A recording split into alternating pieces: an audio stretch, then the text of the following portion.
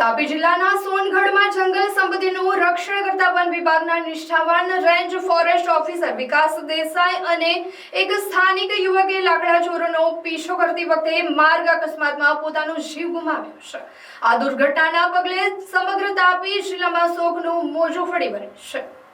ઘટનાની વિગત મુજબ તાપી રેન્જના જંગલ વિસ્તારમાંથી કિંમતી લાકડાની ગેરકાયદેસર હેરાફેરી થઈ રહી હોવાની ચોક્કસ બાતમી વન વિભાગને મળી હતી। આ માહિતીના આધારે આરએફઓ વિકાસ દેસાઈ પોતાની ટીમ સાથે સતર્ક હતા। વહેલી સવારે ઉકાઈ તરફથી આવી રહેલા એક શંકાસ્પદ ગાડીને વન વિભાગની ટીમે રોકવાનો પ્રયાસ કર્યો હતો।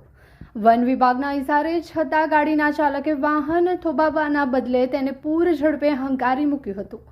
આ ગેરકાયદેસર પ્રવૃત્તિને રોકવા માટે વન વિભાગની ટીમે ત્વરિત કાર્યવાહી કરી શંકાસ્પદ વાહનનો પીછો શરૂ કર્યો હતો। બંને વાહનો અત્યંત ઝડપે આગળ વધી રહ્યા હતા ત્યારે સોનગઢ આરટીઓ ચેકપોસ્ટ નજીક એક કન્ટેનર સાથે બંને ગાડીઓ ધડાકાભેર અથડાતા ભયાનક ટ્રિપલ અકસ્માત સર્જાયો હતો। આ ગંભીર અકસ્માતમાં વન વિભાગના આરએફઓ વિકાસ દેસાઈ અને તેમની સાથે રહેલા સરજાલી ગામના રહીશ રેહાન ગામિતનું ઘટના સ્થળે કરુણ મોત નીપજ્યું હતું।